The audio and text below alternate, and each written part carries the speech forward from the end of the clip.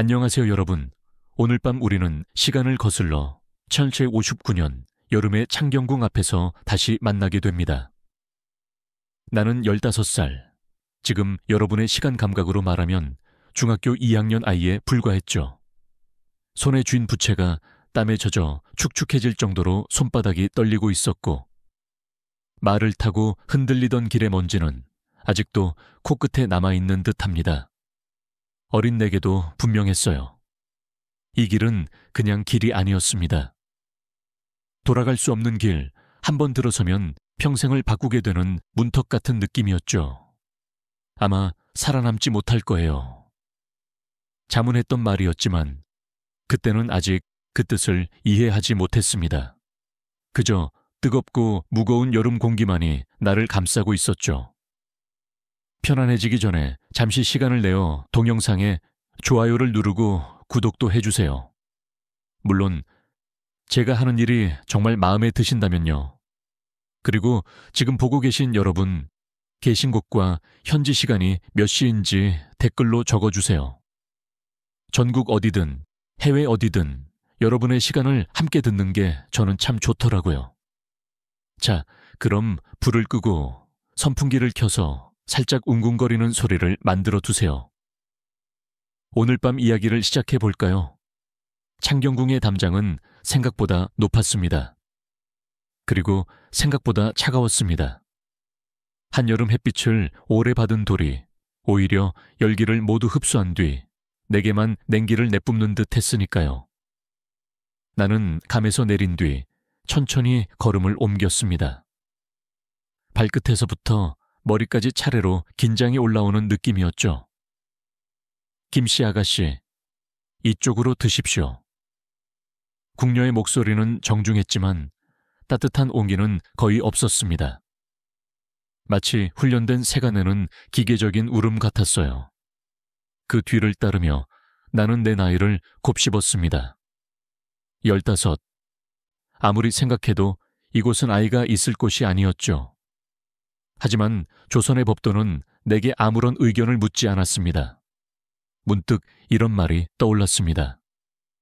인생의 변곡점은 우리가 준비되었을 때 오지 않는다. 나중에 알았지만 예탁자들도 비슷한 말을 했습니다. 기회와 재앙은 같은 발걸음으로 온다고요. 그때는 그저 그 말을 흉내처럼 떠올렸습니다. 딱히 뜻을 알지도 못하면서요. 간택장은 생각보다 조용했습니다. 숨소리조차 너무 크게 들릴까 조심스러울 정도였죠. 수십 명의 교수들이 앉아 있었지만 시선은 말라붙은 강물처럼 흐르지 않았습니다. 서로를 견제하는 기류가 은근히 감돌았죠.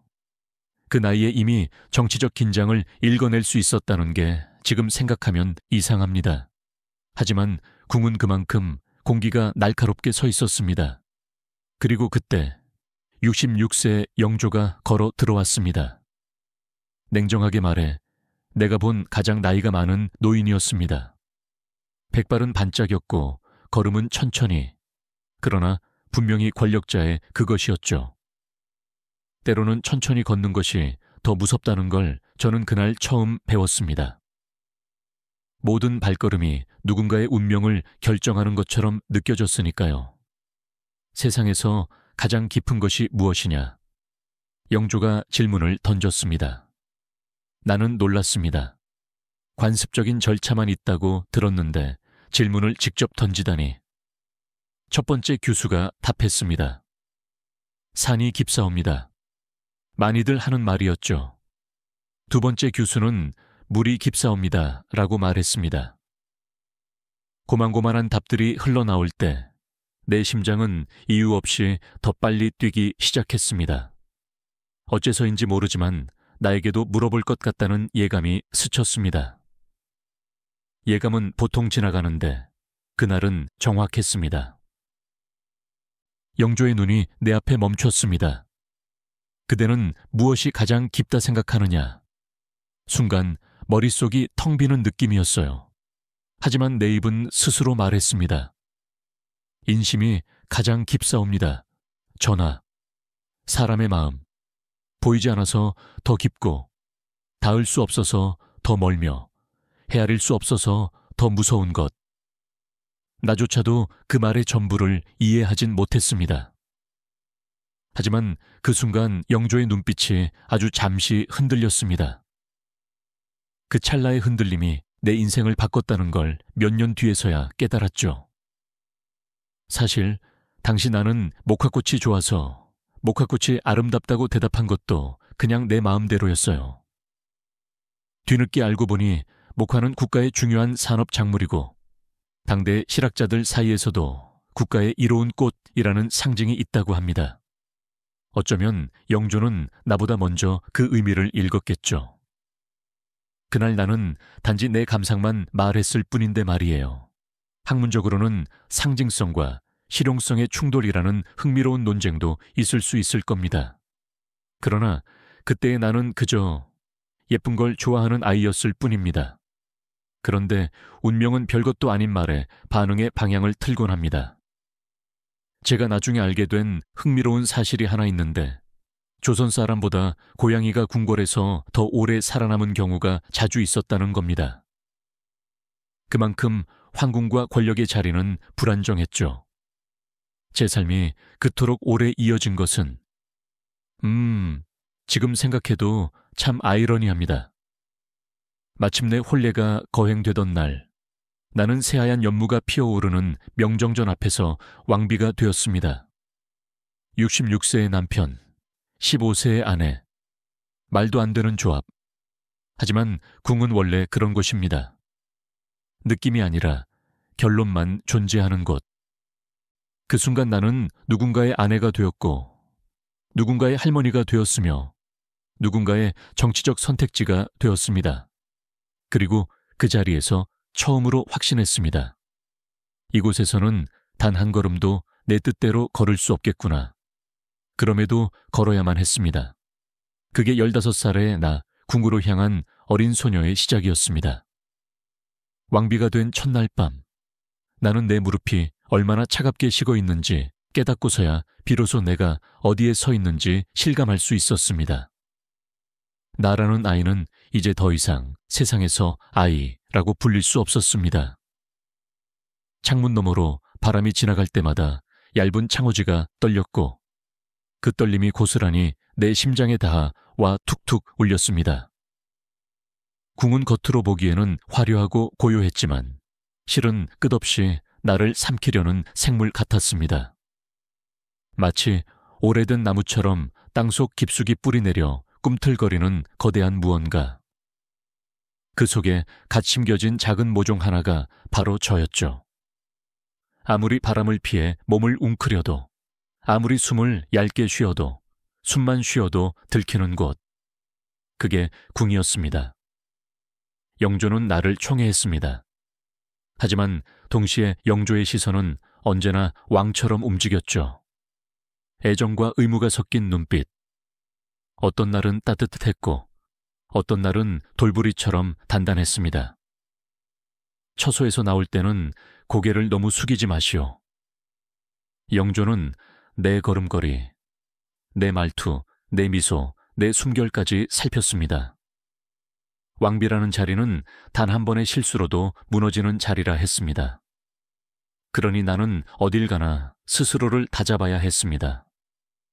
그러던 어느 날 옷을 맞추던 궁녀가 말했습니다. 마마, 뒤돌아 주시옵소서. 아무 생각 없이 하는 말투였죠. 하지만 그 말은 내 안에서 어떤 금선진센을 건드렸습니다. 나는 아주 조용히 그러나 단단하게 말했습니다. 내가 돌아가면 될 일을 감히 누구에게 뒤돌라 하느냐. 내 말이 끝나는 순간 방 안의 온도가 반토막 난 듯 조용해졌습니다. 그 젊은 궁녀의 손끝까지 떨리고 있는 게 보였습니다. 그녀는 무릎을 꿇으며 연신 죄송하다 말했지만 나는 미동도 하지 않았습니다. 솔직히 말하면 나도 놀랐습니다. 긴장한 내 심장이 등뼈까지 소리내며 뛰고 있었죠. 그러나 그 순간만큼은 왕비로서의 내가 아이를 이겼습니다.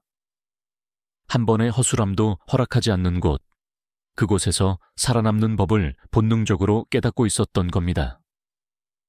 그리고 그 일화는 며칠 만에 궁궐 전체에 퍼졌습니다. 새 왕비가 어린 나이에도 기품이 대단하다. 사람을 다루는 법을 알고 있다. 사람들의 말소리 속에서 나는 조금씩 나를 지키는 법을 배웠습니다. 궁에서는 늘 새로운 지식을 얻습니다.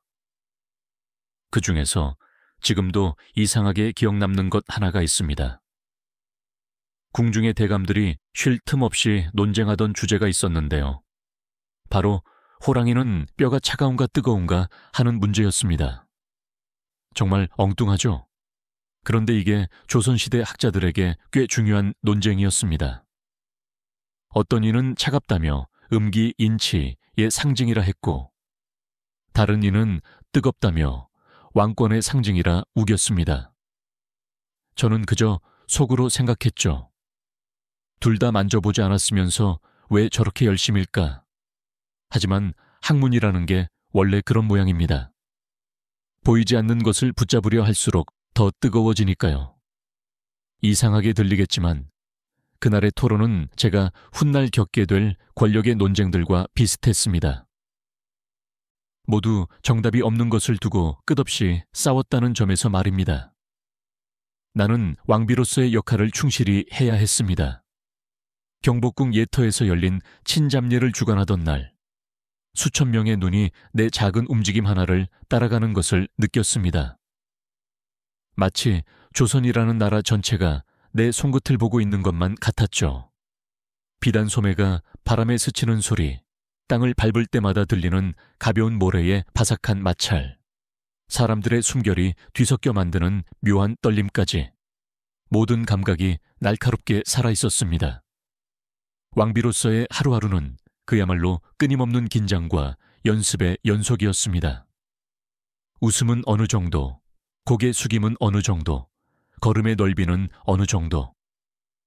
내 모든 움직임이 누군가의 말이 되고 기록이 되었습니다. 하지만 어릴수록 마음은 쉽게 지칩니다. 나는 밤마다 등불 아래에서 조용히 숨을 고르며 생각했습니다. 나는 정말 이 자리에 어울리는 사람인가? 그때 떠올랐던 옛 문장의 한 구절이 있습니다. 군자의 길은 멀리 있어도 발끝에서 시작한다. 그러니 계속 걸어야 했습니다. 그 길이 어디로 이어지는지도 모른 채 말입니다. 내 삶이 궁중의 예법 속에서 조금씩 굳어지고 있을 때, 한편으로는 누구에게도 말할 수 없는 외로움이 다가왔습니다. 왕비지만 아이였고, 아이지만 왕비였습니다. 그리고 무엇보다 나는 자식을 갖지 못했습니다. 궁녀들이 새벽마다 웃으며 아이를 돌보는 모습을 멀리서 바라볼 때면 정말 말할 수 없는 허전함이 마음 깊은 곳에서 올라왔습니다. 아마도 이런 감정을 세상은 사치라 부르겠죠. 왕비라면 모든 걸 가졌다고 생각하니까요. 하지만 사람의 마음이라는 건 늘 어디 한 곳은 부족하게 되어 있습니다. 그게 또 인심의 깊이이기도 하니까요. 그러던 어느 날 궁궐의 바람이 심상치 않게 바뀌었습니다. 조용한 새벽 공기에 섞여 날아온 전해들은 속삭임, 세자는 뒤주에 갇히셨다 합니다. 그 순간 나는 아직 18이었습니다. 궁의 문이 천천히 닫히는 소리를 들으며 나는 깨달았습니다. 이곳에서의 삶은 살아남기만 해도 벅찬 전쟁이라는 것을. 사도세자가 뒤주에 갇혔다는 소식을 들었을 때 나는 아직 18이었습니다. 나이가 어려서인지 아니면 마음이 아직 현실을 받아들일 준비가 되어 있지 않아서인지 그 말이 처음엔 사실처럼 들리지 않았습니다. 뒤주라니, 곡식을 보관하는 그 좁은 나무 상자에 왕세자를 가둬 죽인다니. 아무리 궁이 잔혹할 수 있다 해도 그런 일은 상상조차 할 수 없었습니다. 그런데 그 상상조차 할 수 없는 일이 그해 여름 궁궐의 가장 깊고 어두운 한 곳에서 실제로 벌어졌습니다. 사도세자가 죽었다는 사실이 전해지던 순간 창호 너머로 비가 쏟아지고 있었습니다. 기록에 남지 않는 순간이지만 나는 아직도 그 비의 냄새를 기억합니다.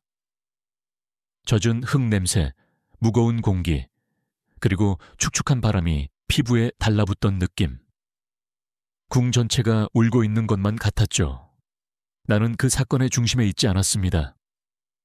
송긋 하나 보탤 수도 없었고 의견을 낼 자리도 아니었죠. 그저 어린 왕비로서 조용히 눈을 내리깔 뿐. 그런데 시간이 흐르면서 놀랍게도 사람들은 나를 그 사건의 주범처럼 취급하곤 했습니다. 정순왕후가 세자를 모함했다.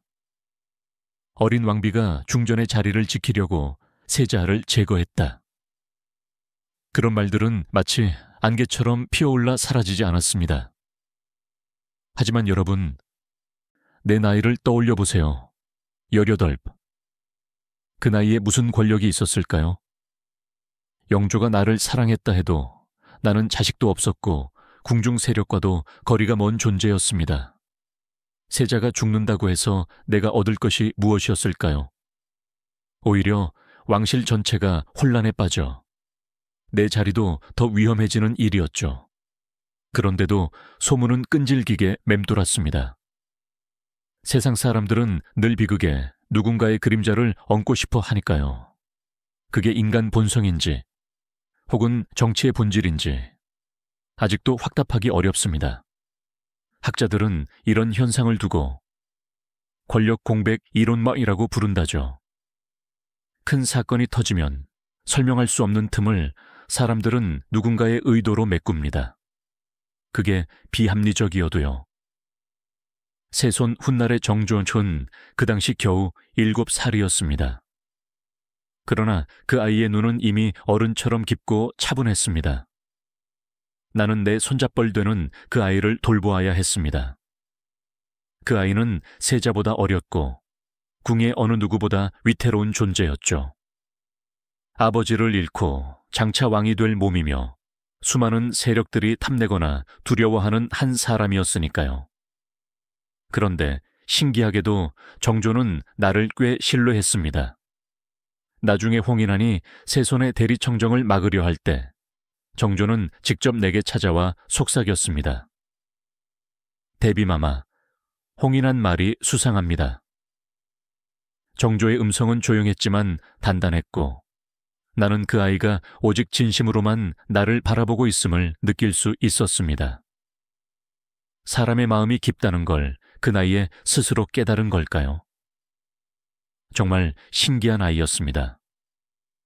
그 시절의 정조는 내게 손자였고 나는 그 아이를 손으로 감싸 보호하고 싶은 마음이 있었습니다. 하지만 그 따뜻함은 오래가지 못했습니다. 세월이 흘러 정조가 즉위하자마자 그 아이, 이제는 임금이 된 정조는 나에게 등을 돌렸습니다. 아주 천천히, 그러나 확실하게. 정조는 아버지 사도세자의 죽음에서 비롯된 모든 억울함을 바로잡고 싶어 했습니다. 그 과정에서 그는 아버지를 압박했던 외척들을 숙청했고 그 칼날은 결국 내 친정집도 베었습니다. 내 오빠 김귀주는 영조 말년에 세력을 키웠던 인물 중 하나였습니다. 정조는 즉위 직후 그를 한성판윤으로 재임명했지만 얼마 지나지 않아 태도가 변했습니다. 김귀주는 해경궁 홍씨에게 무례하였다. 겉으로는 그런 이유였지만 진짜 속내는 따로 있었습니다. 정조는 어머니의 친정, 홍봉안을 탄핵한 이가 김귀주였다는 사실을 잊지 않았던 겁니다. 혈연의 세계에서는 논리보다 감정이 먼저 움직입니다.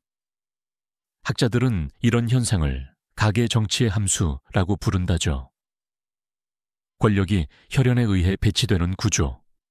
조선의 모든 비극이 이 함수 위에서 반복되었습니다. 김귀주는 결국 먼 흑산도로 유배되었고 1886년 그곳에서 쓸쓸히 죽었습니다. 오빠의 죽음은 가슴을 도려내는 듯한 아픔이었습니다. 내가 아끼는 사람을 지켜줄 힘이 없다는 사실을 깨닫는 건 언제나 가장 잔인한 깨달음이니까요. 정조와 나는 서로를 이해하려 했지만 끝내 어긋났습니다. 그는 내게 예를 갖췄지만 마음속에서는 분명히 경계하고 있었습니다. 나는 그를 사랑했다기보다 살아남으려면 그와 거리를 두어야 했습니다. 정조가 어느 날 내게 조용히 말했습니다. 데비마마, 저는 선왕의 뜻을 되살리고자 합니다. 나는 웃으며 대답했습니다.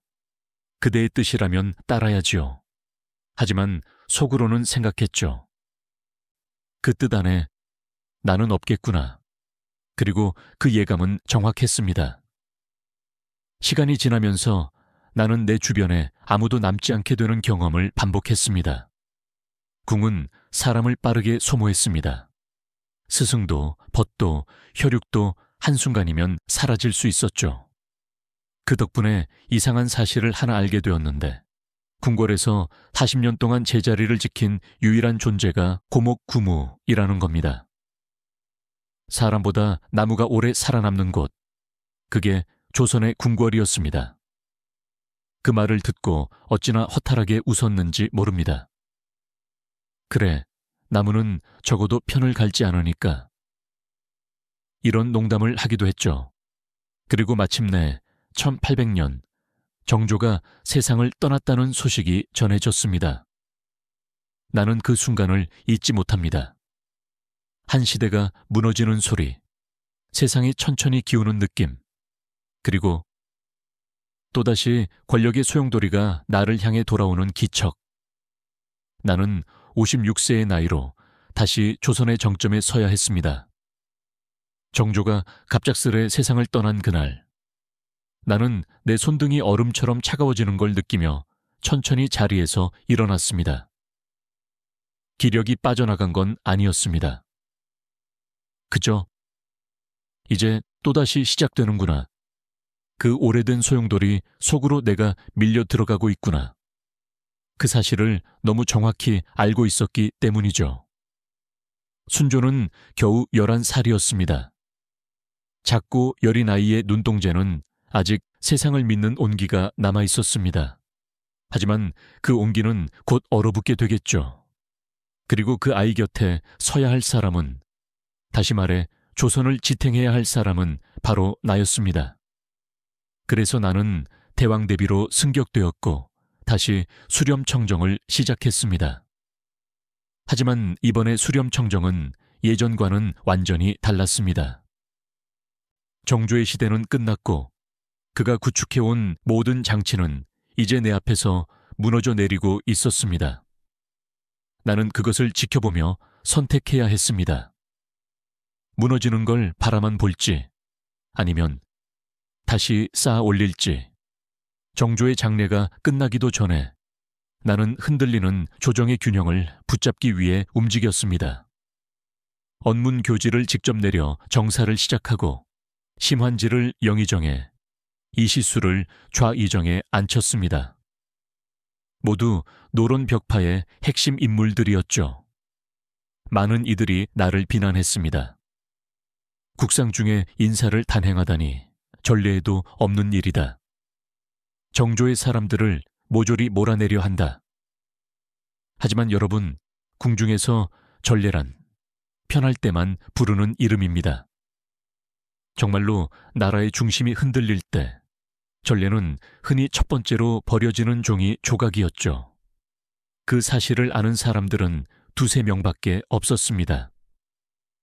한밤중에 홀로 서릉전 뜰을 걸을 때면 자풀 사이로 스치는 바람소리가 휘휘 하고 들렸습니다. 그 바람에 실려오는 속삭임 같은 느낌. 너 아니면 할 사람이 없지 않느냐. 그런 목소리가 귓가에 맴도는 듯했습니다. 혹시 아십니까? 조선 왕실에서 실제로 밤마다 들린다는 기이한 소문들 중 하나가 고요할 때일수록 더 많은 사람들이 말하는 것처럼 들린다. 는 이야기입니다. 그건 환청이 아니라 궁에서 오래 산 사람들에게 흔히 생기는 현상이라고 합니다. 낮에는 예법과 사람에 시달리고 밤에는 책임과 두려움에 시달리니 결국 귀가 먼저 무너져 버리는 거죠. 저 역시 예외는 아니었습니다. 나는 권력을 되찾지 않으면 살아남을 수 없었습니다. 정조의 시대 사람들, 남인, 시파, 천주교 신자들, 그들 대부분은 정조와 생각을 함께한 이들이었습니다. 정조는 개혁을 꿈꿨고 그 개혁은 내 친정을 죽였고 내 자리를 흔들었고 내 삶을 2번이나 뒤흔들었던 것이죠. 그래서 나는 칼을 들었습니다. 피할 수 없는 선택이었고 바라지 않았지만 피할 수도 없었습니다. 8월 1년 나는 천주교를 엄금한다는 명목을 내세워 신유사옥을 시작했습니다. 천주교가 무부무군이라서 위험했다고 말은 했지만 실은 그것이 권력을 정비할 가장 정확한 명분이었죠. 나라가 혼란스러울 때 명분은 언제나 정의라는 포장지를 씌우고 등장합니다. 역사를 보면 바로 알 수 있죠. 중국에서도 유럽에서도 심지어 먼 아프리카에서도 비슷한 사례는 수없이 존재합니다. 학자들은 그것을 정치적 외피화라고 부릅니다. 목적은 같아도 겉에 씌우는 포장만 바뀐다는 뜻입니다. 나는 정조의 사람들이 조정을 장악하기 전에 그들을 먼저 붙잡아야 했습니다. 그렇지 않으면 순조는 꼭두각시가 되고 조선은 정조가 아닌 또 다른 세력에게 휘둘리게 될 겁니다. 그래서 수백 명이 체포되었습니다. 이승훈, 주문모, 정약종, 정약용의 형제들. 누군가는 유배되고 누군가는 종적을 감추었고 누군가는 목숨을 잃었습니다. 나는 그 모든 순간을 직접 지시했지만 단 한 번도 손에 피를 묻히지 않았습니다. 권력은 원래 그런 것입니다. 칼을 들지 않아도 칼이 향하는 방향을 내가 정하면 그것으로 충분했습니다. 그러나 제일 아픈 결정은 따로 있었습니다. 정조의 이복 동생 은원군, 해경궁 홍씨의 동생 홍낙김, 이들은 모두 정조와 가까웠던 사람들이었죠. 하지만 나에게는 위협이었습니다. 정조가 남긴 마지막 그림자들이었으니까요.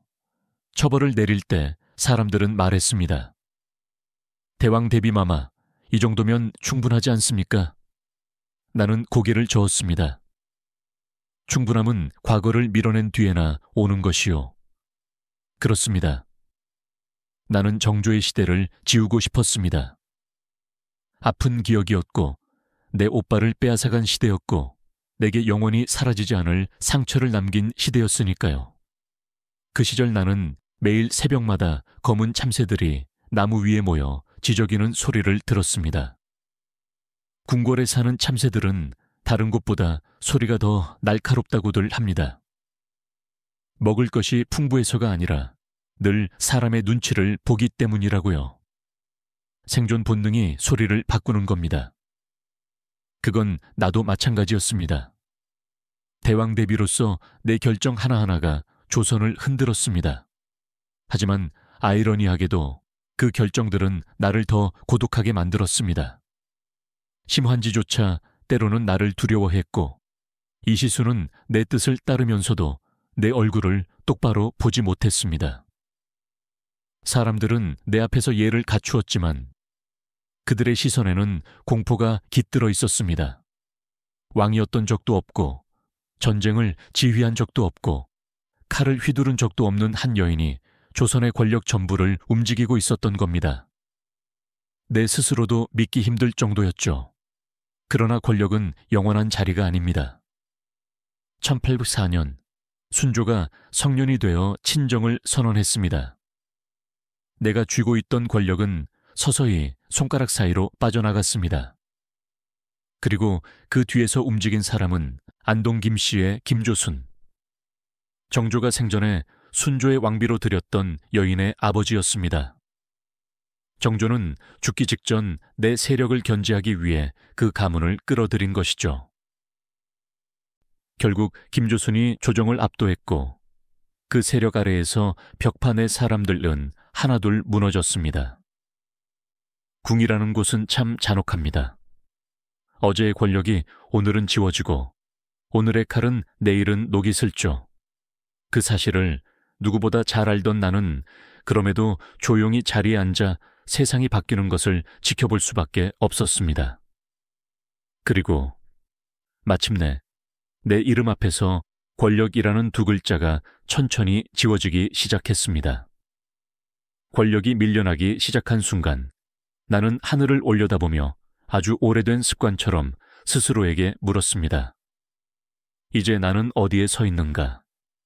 한때 조선의 중심을 움켜쥐었던 내 손바닥은 이제 내 천만을 간신히 품고 있었습니다. 권력이 떠난 자리는 참 이상하게도 텅 빈 공기처럼 느껴졌습니다. 무섭지 않다고 말하면 거짓이겠지만 어쩐지 조금은 편안했던 것도 사실입니다. 1804년 겨울이 깊어갈 무렵 궁궐의 공기는 차갑고 딱딱하게 얼어 있었지만 그 가운데 오히려 나는 무언가 풀려나듯 숨을 쉬기 시작했습니다. 마치 오래 입었던 단단한 갑옷을 벗어내는 기분이라고 할까요? 숨결이 조금씩 따뜻해지는 느낌이 들었습니다. 하지만 편안함은 늘 잠깐입니다. 1805년 1월 나는 다시 수렴을 치고 정사를 논하려 했습니다. 아직 해야 할 말이 있었고 내가 떠나고 나면 조선이 어떤 손에 들어갈지 걱정되었으니까요. 세상은 늘 내가 원하는 방향으로만 움직이지 않는다는 걸 이미 나는 너무도 자주 경험했지만 그래도 마지막으로 한 번은 목소리를 내고 싶었습니다. 순조의 뒤편에 앉아 수렴을 들이우고 대신들을 불렀습니다. 그날의 기억은 지금도 생생합니다. 방 안은 뜨끈한 아궁이 냄새로 데워져 있었고 대신들의 관무에서는 바깥의 서늘한 공기가 천천히 녹아내리고 있었죠. 이시수가 나섰습니다. 그는 한동안 나를 칭송하는 말들을 이어갔습니다. 대왕대비마마의 지난 4년 업적은 나라가 무너지지 않았던 것은 조정이 바로 설 수 있었던 것은 하지만 그 말끝이 흐를수록 내 심장에서는 불길한 예감이 햇불처럼 일어나고 있었습니다. 그리고 마침내 그가 고개를 들고 이렇게 말했습니다. 그건 그렇고 지금 하시는 일이 이치에 맞습니까? 할 말이 있으면 성상께서 하실 것이니 수렴은 거두셔야 합니다. 순간 방 안의 공기가 사라지는 느낌이었습니다. 나는 눈을 천천히 감았다 떴습니다. 이시수는 벽파가 아니라 소론이었고 그렇기에 그 말은 더 무겁게 들렸습니다. 정순왕후를 따르던 마지막 세력이 조금씩 등을 돌리고 있다는 신호였죠. 나는 수렴을 내린 손을 아주 천천히 거두었습니다. 그 순간 마치 실로 연결되어 있던 내 시대의 마지막 끈이 툭 하고 끊어진 것 같았습니다. 그 후로 나는 급격히 쇠약해졌습니다.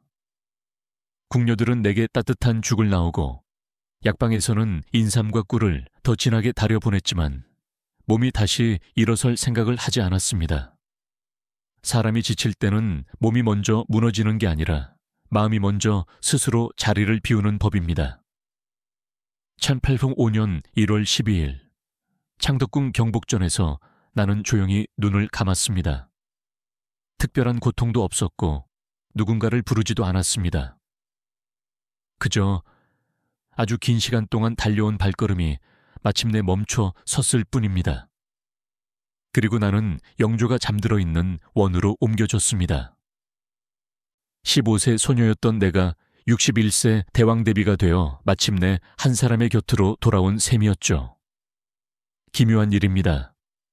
51년의 나이 차이로 시작된 우리의 인연이 그렇게 같은 흙 아래에서 끝났다는 것이 너무 먼 거리였고 너무 가까운 거리였습니다. 내 삶은 오래도록 사람들에게 평가받았습니다. 정조의 개혁을 뒤집은 폭군이라고도 불렸고 세도를 불러온 원흉이라고도 불렸습니다. 하지만 동시에 조선을 지키기 위해 싸운 생존자라고 말하는 이들도 있죠.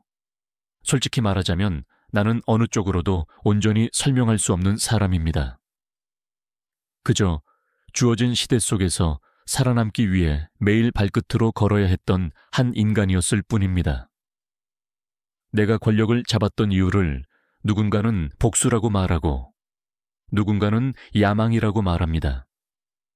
하지만 그중 일부는 틀렸고 일부는 맞습니다. 역사는 늘 불완전한 조각들이 모여 하나의 얼굴을 만들거든요. 지나고 보니 가장 선명한 사실은 단 하나입니다. 나는 살아남고자 했고 그 과정에서 수많은 선택을 해야 했다는 것. 그 선택들이 옳았는지 그르렀는지는 300년이 지난 지금도 논쟁거리일 겁니다. 그리고 그 논쟁은 어쩌면 앞으로도 끝나지 않겠죠. 사람의 마음이란 그만큼 깊고 역사란 그만큼 넓으며 권력이란 그만큼 잔혹합니다. 저는 인심이 가장 깊다고 말했던 소녀였습니다. 그 말이 옳았다는 걸 제 삶 전체가 증명해 버렸죠. 지금 창덕궁 경복전 앞에 서서 겨울 바람이 스치는 소리를 듣고 있다면 여러분도 제 마음이 조금은 느껴질지도 모르겠습니다. 정순왕으로 살아온 내 46년은 한 소녀가 궁이라는 거대한 생물체에 삼켜지면서도 끝내 중심에서 버티려 했던 시간이었습니다. 15세의 나로서는 상상도 하지 못했던 잔혹함, 예상치 못한 신뢰와 배신, 그리고 사랑이라고 부르기 어려운 정치적 관계들이 내 삶 곳곳에 그림자처럼 드리워져 있었죠. 나는 처음엔 그저 살아남기 위해 움직였습니다. 도망칠 곳이 없다는 걸 알았기에 살아남으려면 적어도 흔들리지는 않아야 했습니다. 그 과정에서 많은 이들이 떠났고 많은 이들을 떠나보내야 했습니다. 그 중에는 내 혈육도, 내 스승도, 그리고 나라의 미래라 여겼던 정조까지 포함되어 있었죠. 정조가 떠난 뒤 다시 손에 쥔 권력은 달콤하면서도 비수 같았습니다. 지키려 하면 피를 흘려야 했고 놓으려 하면 두려움이 몰려왔습니다. 나는 어느 쪽도 완전히 선택할 수 없는 채로 그 경계에서 오래 머물렀습니다. 지금 돌이켜보면 내가 했던 모든 결정은 권력을 탐한 것이 아니라 상처받지 않기 위한 몸부림이었습니다. 하지만 그 몸부림이 조선을 세도 정치의 길로 끌고 갔다는 결과는 피할 수 없는 사실이죠. 그럼에도 여러분께 조용히 말하고 싶습니다. 그 시대에 나는 누구보다 외로웠고, 누구보다 치열했고, 누구보다 살아남기 위해 노력했던 한 인간이었습니다. 이 밤, 제 이야기가 여러분의 마음 어딘가에 조용한 잔향으로 남아있기를 바랍니다. 감사합니다.